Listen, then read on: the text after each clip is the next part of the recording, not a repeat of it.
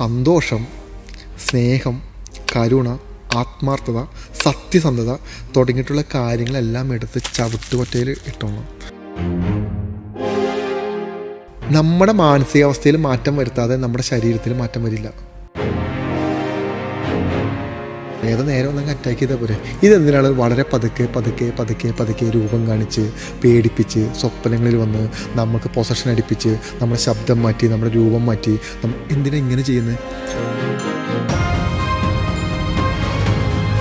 ഒരാൾ പ്രേതത്തെ വിശ്വസിക്കുന്നുണ്ടെങ്കിൽ ആ വ്യക്തി ദൈവവിശ്വാസിയല്ല.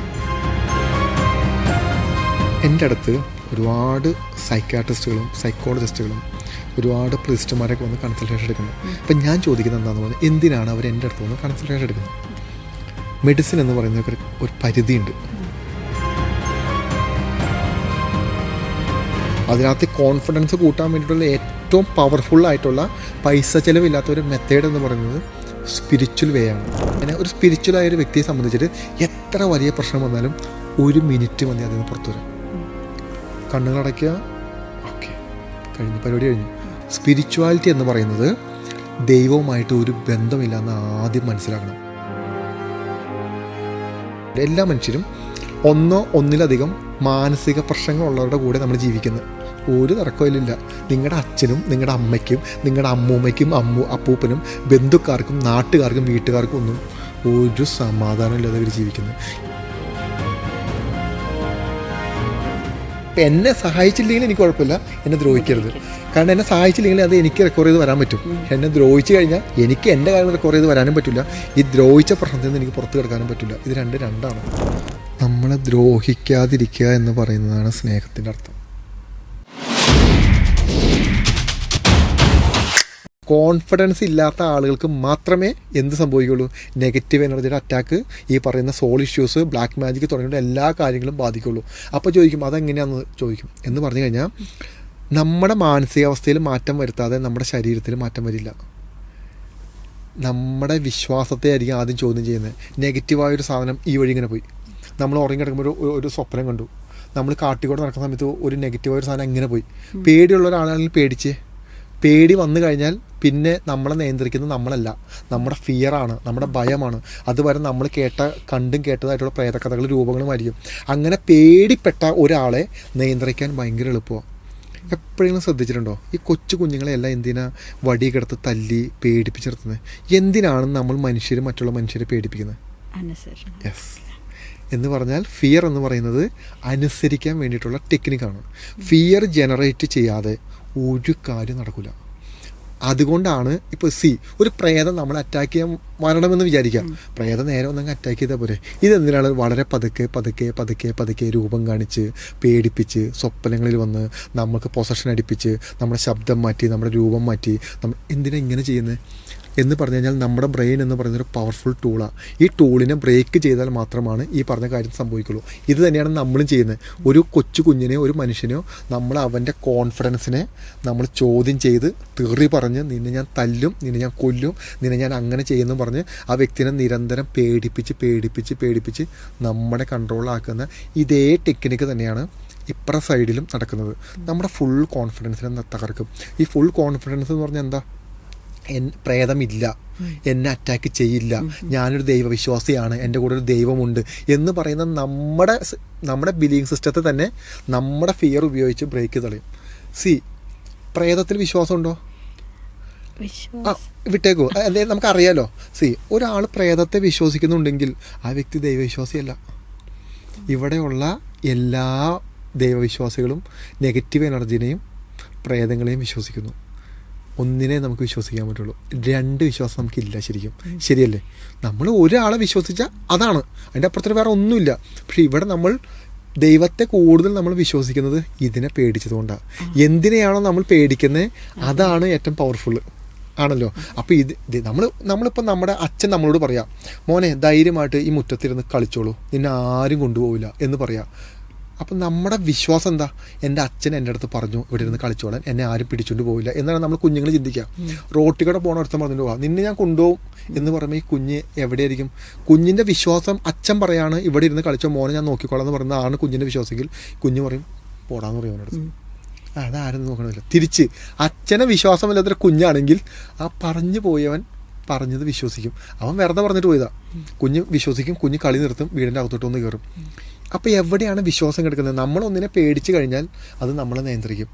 ഒറ്റ കാര്യമുള്ളൂ, കോൺഫിഡൻ്റ് ആയിട്ടിരിക്കുക. പക്ഷേ ഒരു കാര്യമുണ്ട് ഇതിൻ്റെ അകത്ത്, പ്രേതബാധ വന്നു കഴിഞ്ഞാൽ അല്ലെങ്കിൽ ബാധാദോഷം വന്നു കഴിഞ്ഞാൽ നമ്മുടെ കോൺഫിഡൻസിനെ എങ്ങനെ തകർക്കാം എന്നുള്ള റിസർച്ച് അവിടെ നടന്നുകൊണ്ടേയിരിക്കും. മുഴുവൻ സൈഡിൽ നിന്ന് നമുക്ക് ഇമോഷൻ തന്ന്, നമ്മളെ ഡിസ്റ്റർബ് ചെയ്ത്, നമുക്ക് സാന്നിധ്യം തന്ന്, നമ്മുടെ കൂടെ ഒരാൾ നടക്കുന്നത് പോലെ, ഇരിക്കുന്നത് പോലെ, സംസാരിക്കുന്നത് പോലെ, നമ്മുടെ ദേഹത്തൊരാളെ തൊടുന്നത് പോലെ തുടങ്ങിയിട്ടുള്ള ഒരുപാട് ഇഷ്യൂസ് നമുക്ക് സംഭവിക്കും. അപ്പോൾ ഞാൻ വീണ്ടും പറയുന്നു, ഞാനിപ്പോൾ ഈ പറഞ്ഞ കണ്ടീഷൻ എന്നുള്ളത് ഒരു 80% സൈക്കോളജിക്കൽ ഇഷ്യൂ ആണ് മറ്റുള്ളവർക്ക് സംഭവിക്കുന്നത്. 20% വരുന്ന റിയൽ ഇഷ്യൂവിനെ പറ്റിയിട്ടാണ് ഞാൻ പറയുന്നത്. ബാക്കിയുള്ളതെല്ലാം ഇന്ന് പറഞ്ഞു കഴിഞ്ഞാൽ പ്രേതബാധയിൽ നടക്കുന്ന എല്ലാ അനുഭവങ്ങളും സൈക്കോളജിക്കൽ ഇഷ്യൂ ആണെന്ന് വേണമെങ്കിൽ പറയാം. മനസ്സിലാവുന്നുണ്ടോ? ഇപ്പോൾ ഞാനൊരു പ്രേതത്തെ കണ്ടു, ശരിക്കും ആ പ്രേതത്തെ കണ്ടു എന്ന് തന്നെ വിചാരിക്കാം. സൈക്കോളജിക്കൽ നമുക്ക് ഇല്യൂഷൻ, ഹാലൂസിനേഷൻ എന്ന് പറഞ്ഞാൽ പോരെ, വിഷയം കഴിഞ്ഞില്ലേ? എൻ്റെ അടുത്ത് ഒരുപാട് സൈക്കാട്രിസ്റ്റുകളും സൈക്കോളജിസ്റ്റുകളും ഒരുപാട് പ്രിസ്റ്റുമാരൊക്കെ വന്ന് കൺസൾട്ടേഷൻ എടുക്കണേ. അപ്പം ഞാൻ ചോദിക്കുന്നത് എന്താണെന്ന് പറഞ്ഞാൽ, എന്തിനാണ് അവർ എൻ്റെ അടുത്ത് വന്ന് കൺസൾട്ടേഷൻ എടുക്കുന്നത്? മെഡിസിൻ എന്ന് പറയുന്ന ഒരു പരിധിയുണ്ട്. ഇമോഷണൽ സപ്പോർട്ട് തരുന്നതിന് ഒരു പരിധിയുണ്ട്. ഒരു വ്യക്തി ഒരു കാര്യം അല്ലെങ്കിൽ ഇങ്ങനൊരു കാര്യം അനുഭവിക്കുന്നുണ്ടെന്ന് പറഞ്ഞാൽ അത് അനുഭവിക്കുന്നുണ്ടെന്ന് അതിൻ്റെ അർത്ഥം. നമ്മളതിനെ എങ്ങനെ പറയാനും നമ്മളെങ്ങനെ അതിനെ തിരുത്തി കൊടുത്താലും ഒരു വ്യക്തി അത് അനുഭവിക്കുന്നുണ്ടെങ്കിൽ അത് അനുഭവിക്കുന്നുണ്ട്. ആ വ്യക്തിക്ക് രക്ഷപ്പെടാൻ വേണ്ടിയിട്ടുള്ള വഴികൾ നമ്മൾ കാണിച്ചു കൊടുക്കുക എന്നുള്ളതാണ് ചെയ്യുന്നത്. അതിനകത്ത് കോൺഫിഡൻസ് കൂട്ടാൻ വേണ്ടിയിട്ടുള്ള ഏറ്റവും പവർഫുള്ളായിട്ടുള്ള പൈസ ചിലവില്ലാത്ത ഒരു മെത്തേഡ് എന്ന് പറയുന്നത് സ്പിരിച്വൽ വേ ആണ്. നമുക്ക് പ്രാർത്ഥിക്കാൻ ഒരാളുടെ അനുവാദം വേണ്ട, നമുക്കിരുന്ന് പ്രാർത്ഥിക്കാം. മറ്റേതാണെങ്കിലോ ഒരു കൺസൾട്ടേഷൻ, ഒരു കൗൺസിലിംഗ് എടുക്കാൻ പോകണമെങ്കിൽ നമ്മൾ എത്ര രൂപ നമ്മൾ കൊടുത്തു പോകണം? ഒരു സാധാരണക്കാരനെ സംബന്ധിച്ചിട്ട് എന്ത് ചെയ്യാൻ പറ്റും? നമ്മളിപ്പോൾ ഒരു കാടിൻ്റെ അകത്ത് അകപ്പെട്ടു പോയി, നമുക്കൊരു നെഗറ്റീവ് സോളിന്, കാട് എന്ന് പറയുന്നത് ഭയങ്കര നെഗറ്റീവ് എനർജി തളം കെട്ടി നിൽക്കുന്ന സ്ഥലങ്ങളാണ്.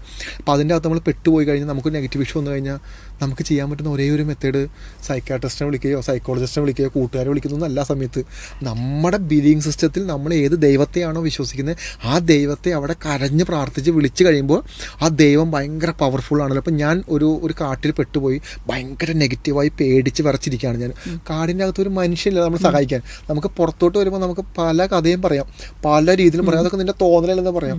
ഒരു അവസ്ഥയിൽ പെട്ട് നിൽക്കുമ്പോൾ ഇതൊന്നും നമുക്ക് പറയാൻ പറ്റില്ല. ആ സമയത്ത് ഞാൻ വിചാരിക്കുക, ശിവനെ മനസ്സിൽ വിചാരിക്കുക, ശിവനോട് പ്രാർത്ഥിക്കുക. ശിവനോട് ഞാൻ പ്രാർത്ഥിക്കുമ്പോൾ എൻ്റെ മനസ്സിൽ എന്താ വരുന്നത്? ശിവൻ എന്ന് പറയുന്ന രൂപം, ശിവൻ്റെ ആയുധങ്ങൾ, ശിവൻ ശത്രുക്കളോട് എങ്ങനെയാണ് പെരുമാറുന്നത്, ശിവൻ്റെ പവർ, ശിവൻ എങ്ങനെയാണ് ഭക്തനെ കാണുന്നത് തുടങ്ങിയിട്ടുള്ള കാര്യങ്ങളെല്ലാം നമ്മുടെ ബ്രെയിനിലോട്ട് വരാൻ തുടങ്ങും. അപ്പം ശിവഭാവമാണ് നമുക്ക് വരുന്നത്. അടുത്ത നിമിഷം ഞാൻ ശിവൻ്റെ മകനാണ്, ഞാൻ ശിവൻ്റെ പുത്രനാണ്, ആ അംശത്തിൽ നിന്നാണ് ഞാനും ജനിച്ചിരിക്കുന്നത് എന്നുള്ള കോൺഫിഡൻസ് നമ്മളോട് ജനറേറ്റ് ചെയ്യുക. തിരിച്ച് നമ്മൾ ചിന്തിക്കുക, സൈക്കാട്രി ഡോക്ടേഴ്സ് അല്ലെങ്കിൽ സൈക്കോളജിസ്റ്റ്, അച്ഛനും അമ്മയും കൂട്ടുകാർ, ഇതെല്ലാം നമ്മൾ ചിന്തിക്കുന്നത് നമുക്കതിലൊരു കോൺഫിഡൻസ് ജനറേറ്റ് ചെയ്യാൻ പോകുന്നില്ല. അവിടെ ശിവൻ വന്നില്ല എന്ന് തന്നെ വിചാരിക്കും. നിങ്ങൾ വിശ്വസിക്കേണ്ട, ശിവനെ വിശ്വസിക്കേണ്ട, ശിവനില്ലാന്ന് തന്നെ വിശ്വസിച്ചോ. പക്ഷേ ഈ വ്യക്തി ആ സമയത്ത് അങ്ങനെ വിശ്വസിച്ചുകൊണ്ട് രക്ഷപ്പെട്ട്. കാരണം എന്താ? കോൺഫിഡൻസ് ജനറേറ്റ് ചെയ്തു.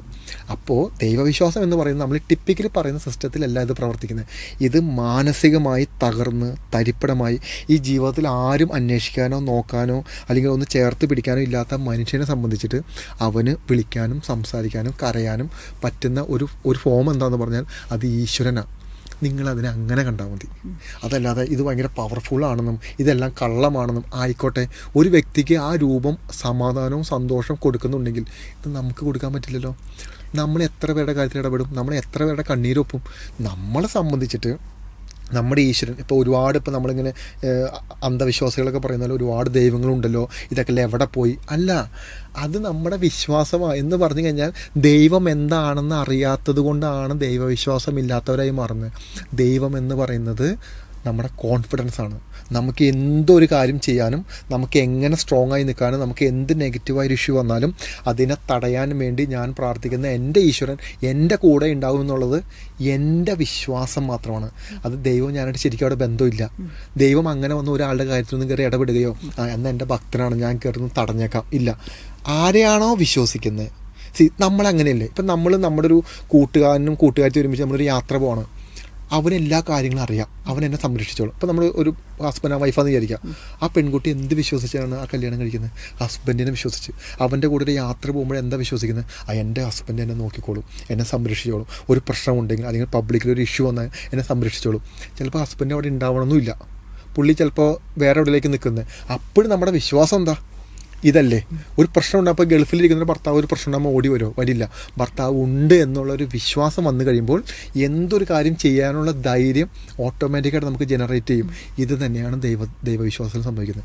എന്തൊരു കാര്യം മാനസികമായി തളർന്ന് വേദനിച്ചിരിക്കുന്ന ഒരു മനുഷ്യനെ സംബന്ധിച്ചിട്ട് ഉണ്ടാവുന്ന പ്രതീക്ഷകളെയാണ് ഈശ്വരൻ എന്ന് വിളിക്കുന്നത്. അതല്ലാതെ നമ്മൾ പറയുന്ന പോലെ നമ്മുടെ ആവശ്യങ്ങൾ നടത്തി തരേണ്ട അടിമകളല്ല ദൈവം. പക്ഷേ എല്ലാവരും നമ്മൾക്ക് എന്തെങ്കിലും ഒരു താഴ്ച വരുമ്പോൾ, ഫിനാൻഷ്യലി ഒരു താഴ്ച വരുമ്പോൾ, അല്ലെങ്കിൽ മാനസികമായിട്ട് എന്തെങ്കിലും ഒരു പ്രശ്നം വരുമ്പോഴൊക്കെയാണ് ദൈവത്തിൻ്റെ അടുത്ത് പോവുക.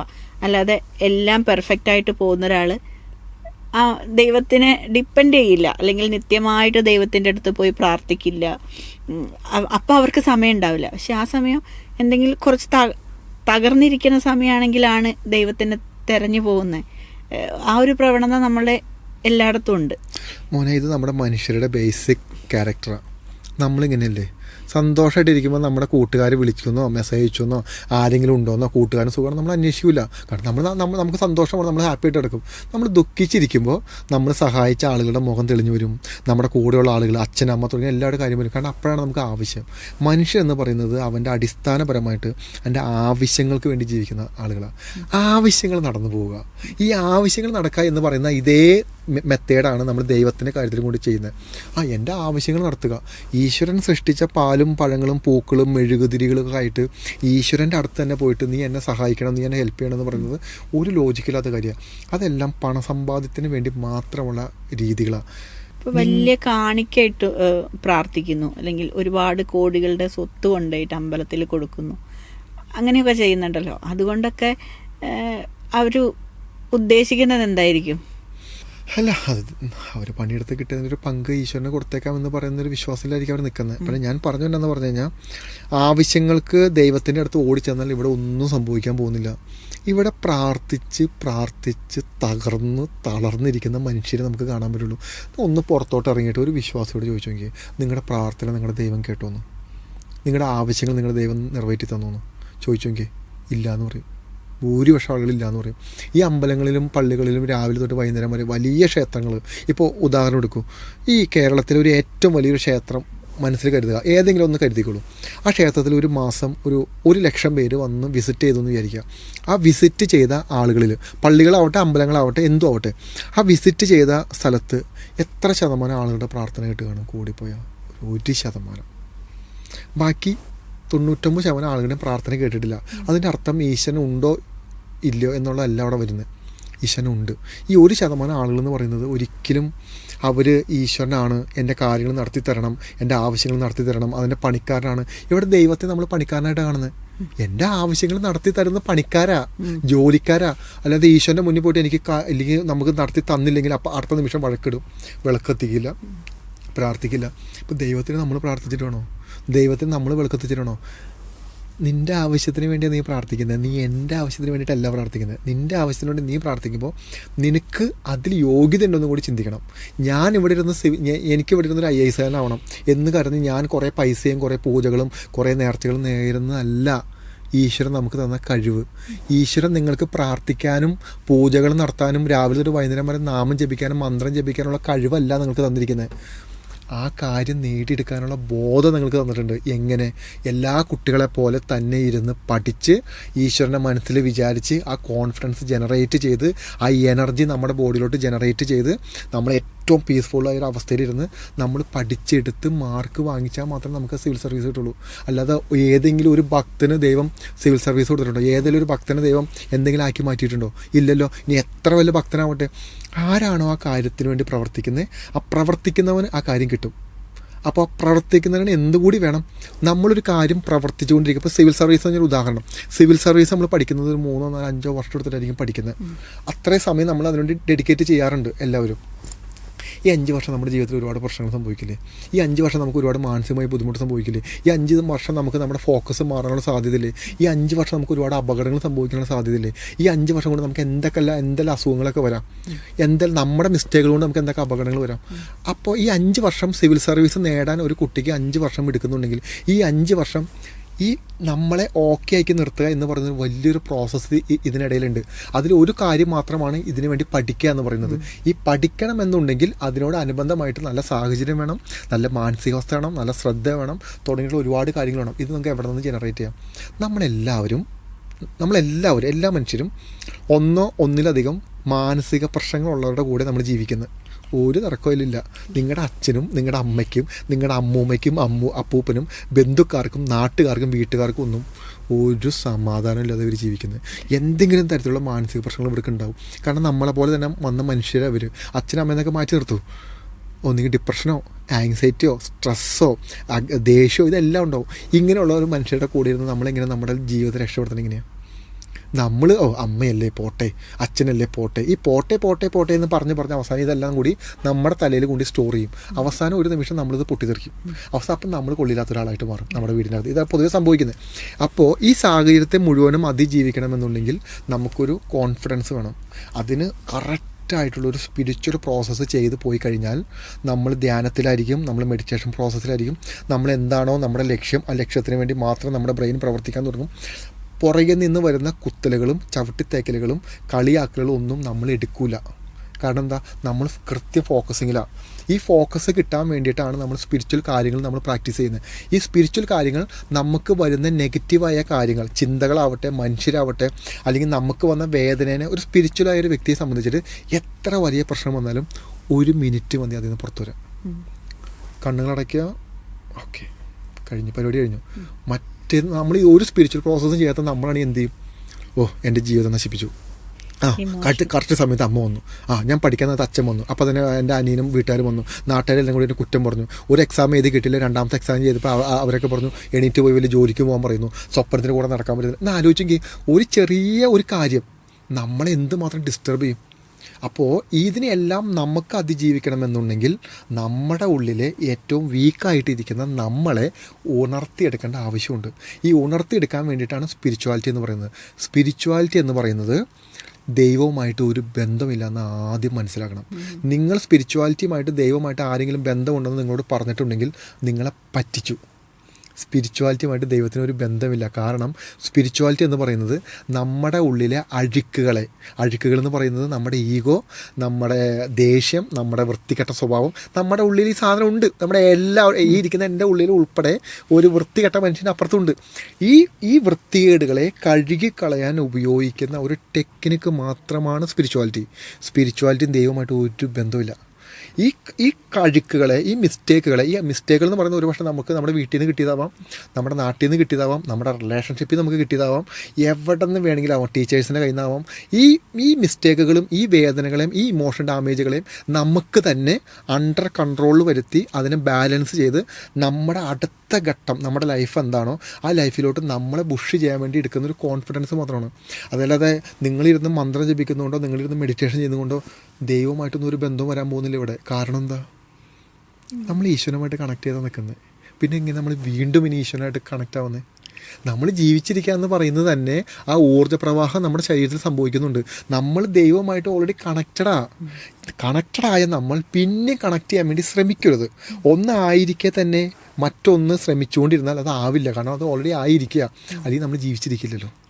അപ്പോൾ ബേസിക്കലി നമ്മൾ ദൈവമായിട്ട് കണക്റ്റഡാണ്. പക്ഷേ ആ കണക്ഷനെ പറ്റി മനസ്സിലാക്കാനും ആ എനർജീനെ സ്വീകരിക്കാനും പറ്റാത്തത് എന്താണെന്ന് പറഞ്ഞു കഴിഞ്ഞാൽ കഴിഞ്ഞു പോയ നമ്മുടെ ഓർമ്മകളും ചിന്തകളും നമ്മുടെ അവസ്ഥകളും എല്ലാം കൂടി കലർന്നിട്ടാണ് നമുക്കിതിനെ സെൻസ് ചെയ്യാൻ പറ്റാത്തത്. ഇതിനെ കഴുകിക്കളയുക, അത്രയേ ഉള്ളൂ ഈ പറഞ്ഞ സ്പിരിച്വാലിറ്റി ഉപയോഗിച്ച്. ഇത് പ്രാർത്ഥിക്കുക എന്ന് പറയുന്നത് ഭയങ്കര തെറ്റായൊരു പ്രോസസ്സാണ്. കാരണം നമ്മുടെ ഇല്ലായ്മകൾ, നമ്മുടെ അവസ്ഥകൾ, കഴിഞ്ഞുപോയ സിറ്റുവേഷൻ, നമ്മുടെ വേദനിപ്പിച്ച ആളുകളുടെ മുഖം വീണ്ടും വീണ്ടും ഓർത്തെടുക്കുന്ന ഒരു പ്രോസസ്സിൻ്റെ പേരാണ് പ്രാർത്ഥന. പ്രാർത്ഥിക്കേണ്ട ആവശ്യമില്ല. ഞാൻ കഴിഞ്ഞു നോക്കിയിട്ട് എന്തിനാണ് പ്രാർത്ഥിക്കുന്നത്? ഒരു അമ്പലത്തിലോട്ടോ ഒരു പള്ളിയിലോട്ടോ ഇപ്പോൾ ഗ്രീഷ്മ കയറിച്ചില്ല. ഗ്രീഷ്മ ഒരു ഹിന്ദുമത വിശ്വാസിയാണല്ലോ. ഒരു ശിവക്ഷേത്രത്തിലോട്ട് ഗ്രീഷ്മ കയറി ചെല്ലുന്ന സമയത്ത് ഭഗവാന് ഗ്രീഷ്മേനെ അറിയില്ലേ? ഗ്രീഷ്മ എന്താ അനുഭവിക്കുന്നത്? ഗ്രീഷ്മ ഏത് സാഹചര്യത്തിലൂടെ കടന്നു പോകുന്നത്? ഗ്രീഷ്മ എത്രത്തോളം വേദനിച്ച് നിൽക്കുന്നത്? ഗ്രീഷ്മയുടെ ജീവിതത്തിൽ ഇനി എന്ത് വേണം എന്നെല്ലാം ഭഗവാൻ അറിയില്ലേ? അറിയാവുന്നൊരു ഭഗവാന്റെ മുന്നിൽ പോയിരുന്നു വീണ്ടും നമ്മൾ പോയിട്ട് ഇമോഷണലി കാണിക്കേണ്ട ആവശ്യം എന്താ? നമ്മുടെ സങ്കടങ്ങൾ പറയേണ്ട ആവശ്യം എന്താ? ഒരു പരിചയമില്ലാത്ത ഒരാളുടെ മുന്നിലാണെങ്കിൽ ശരിയാ, നമ്മൾ പോയിട്ട് ഒന്നേന്ന് പോലെ നമ്മളെപ്പറ്റി പറഞ്ഞ കണ്ട ആ വ്യക്തിക്ക് നമ്മളെപ്പറ്റി അറിയില്ലല്ലോ. ദൈവത്തിനെ സംബന്ധിച്ച് ഇതെല്ലാം അറിയാം. അങ്ങനെ അറിയാവുന്ന സ്ഥലത്ത് പോയിട്ട് നമ്മൾ പോയിട്ട് പിന്നെ നമ്മൾ ഇമോഷണലി നമ്മൾ കാണിക്കേണ്ട ആവശ്യമില്ല, നമ്മൾ കരയേണ്ട ആവശ്യമില്ല. അവിടെ ചെന്ന് നിന്ന് ഞാൻ വന്നു, ഇവിടെ നിൽക്കുന്നു ഭഗവാനെ, ഓക്കെ, ഞാൻ നിന്നെ കാണാൻ വേണ്ടി വന്നതാണ്, ഞാൻ കണ്ടിട്ട് പോകുന്നു. ഇതാണ് അപ്പോൾ ഇവിടെ നമ്മളവിടെ ഭഗവാനെ നീ എൻ്റെ കാര്യങ്ങളൊക്കെ നടത്തി തരണം, ഇതൊന്നും ശരിയാവില്ല, നീ എല്ലാവരും സഹായിക്കുന്നില്ലേ. നമ്മൾ ഈ ഭീഷണിപ്പെടുത്തലും ഈ പേടിപ്പിക്കലും ഇതൊന്നും നമ്മൾ ഈശ്വരനോട് കാണിക്കേണ്ട ഒരു മെത്തേഡല്ല. നമ്മളുടെ ജീവിതത്തിൽ നമുക്കൊരു മിസ്റ്റേക്കുകളും നമുക്കൊരു കുറവുകളും നമുക്ക് ഡാമേജുകളും വന്നിട്ടുണ്ടെങ്കിൽ പൂർണ്ണമായ ഉത്തരവാദിത്വം നമുക്കാണ്. നമ്മുടെ പാർട്ട്ണർ നമ്മളെ വേദനിപ്പിച്ചിട്ടുണ്ടെങ്കിൽ നമ്മളെ വേദനിപ്പിക്കാനുള്ള എന്തോ ഒരു പോയിൻ്റ് അവൻ്റെ കയ്യിൽ ഉണ്ടെന്നതിൻ്റെ അർത്ഥം. അതൊരു പക്ഷേ അറ്റാച്ച്മെൻ്റ് ആവാം, അതൊരു പക്ഷേ നമ്മുടെ ജീവിതത്തിൽ നമുക്ക് കിട്ടാതെ പോയ സ്നേഹമാവാം, പരിഗണനയാവാം, നമ്മുടെ ഒറ്റപ്പെടലാവാം, എന്ത് വേണമെങ്കിലും ആവാം. ഈ പോയിൻ്റ് അവർക്ക് കിട്ടിയത് കൊണ്ട് മാത്രമാണ് അവർ നമ്മളെ വേദനിപ്പിക്കുക. ആ പോയിൻറ്റിനെ എന്നാണോ നീ എടുത്ത് കളയുന്നത് അന്ന് നിന്നെ ആളുകൾ വേദനിപ്പിക്കില്ല. ഇത് നമ്മുടെ മാത്രം പ്രശ്നമാണ്. പക്ഷെ നമുക്കിതൊന്നും പറ്റില്ല. നമുക്ക് വേദനിപ്പിക്കുന്ന ആളുകൾ നന്നാവണം, നമുക്ക് നമ്മുടെ ആവശ്യങ്ങൾ നടക്കണം. ഇല്ല, നമ്മൾ എന്തൊരു കാര്യത്തിനും വേദനിക്കുന്നുണ്ടോ, നമ്മൾ എന്തൊരു കാര്യത്തിനും സ്ട്രഗിൾ ചെയ്യുന്നുണ്ടോ, അതിനർത്ഥം നമ്മുടെ ഉള്ളിൽ എന്തോ നെഗറ്റീവായ സാധനം കിടന്ന് കറങ്ങുന്നുണ്ട്. അതൊരു പക്ഷേ നമ്മൾ ഈ പറഞ്ഞാൽ ഇമോഷണൽ സാധനമാവാം, പ്ലസ് അതെന്തെങ്കിലും നെഗറ്റീവ് ഇഷ്യൂസ് ആവാം. അതിനെ കണ്ടെത്തിയാൽ മാത്രം മതി. ഇതിനെ കണ്ടെത്താൻ വേണ്ടി ഉപയോഗിക്കുന്ന ഈ പ്രോസസ്സാണ് സ്പിരിച്വാലിറ്റി. ഞാൻ ഈ മാനിഫെസ്റ്റേഷനിൽ വിശ്വസിക്കുന്ന ഒരാളാണ്. അപ്പോൾ പ്രാർത്ഥനയെ കഴിഞ്ഞും കൂടുതൽ ഞാൻ മാനിഫെസ്റ്റേഷനിലാണ് വിശ്വസിക്കുന്നത്. അത് ശരിക്കും റിയലാണ്? റിയലാണ്. ഒരു മാനിഫെസ്റ്റേഷൻ ബോക്സ് തന്നെയുണ്ട് അതിന്.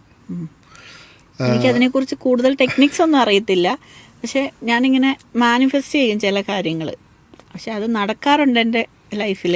പിന്നെ ഓവറായിട്ട് നമ്മൾ അത് വേണം ഇത് വേണം അങ്ങനെയൊന്നുമല്ല, ചില ചെറിയ സന്തോഷങ്ങൾ. ഗ്രീഷ്മ എന്തുകൊണ്ട് ഓവറായിട്ട് ചിന്തിച്ചുകൂടാ?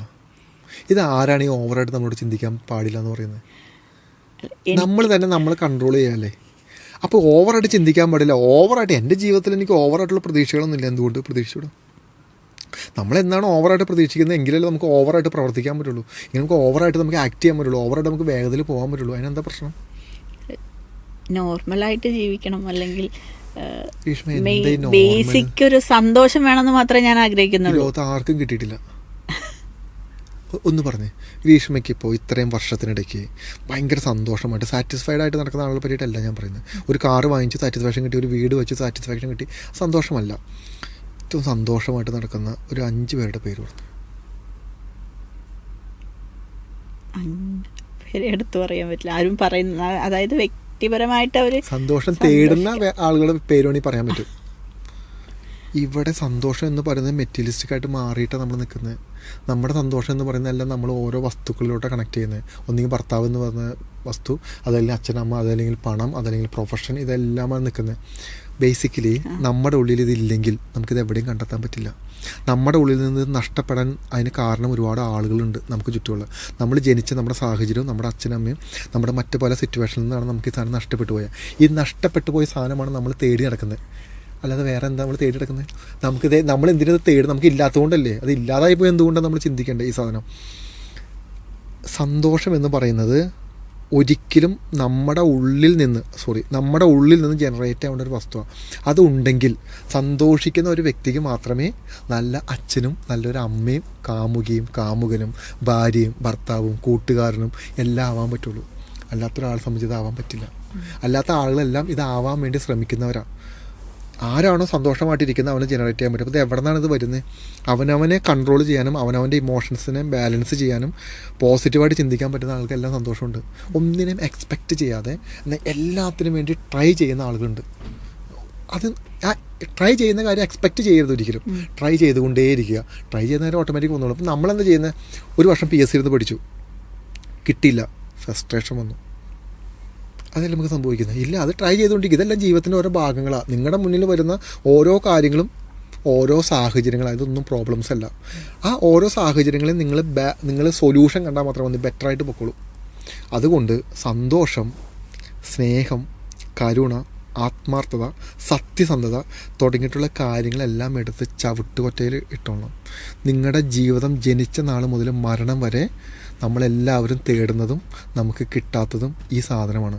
എന്നാൽ ഈ സാധനത്തിന് ഈ ലോകത്തിൽ ഒരു പൈസ മുടക്കില്ല. ഒരു വ്യക്തിയെ സംബന്ധിച്ചിട്ട് 2 മിനിറ്റ് കൊണ്ട് നമുക്ക് തരാൻ പറ്റുന്ന സാധനമാണ് എന്ത്? നമുക്ക് ഏറ്റവും വേണ്ടപ്പെട്ട അച്ഛനാവട്ടെ, അമ്മയാവട്ടെ, കാമുകനാവട്ടെ, കാമുകിയാവട്ടെ, അവർക്ക് 2 മിനിറ്റ് കൊണ്ട് നമുക്ക് തരാൻ പറ്റുന്നൊരു സാധനമാണ് സ്നേഹം, അറ്റാച്ച്മെൻറ്റ്, കരുണ. എന്തുണ്ട്, നീ സുഖമായിട്ടിരിക്കുന്നു, ഓക്കെ ആണോ എന്നൊക്കെ ചോദിക്കാൻ പറ്റുന്നത്.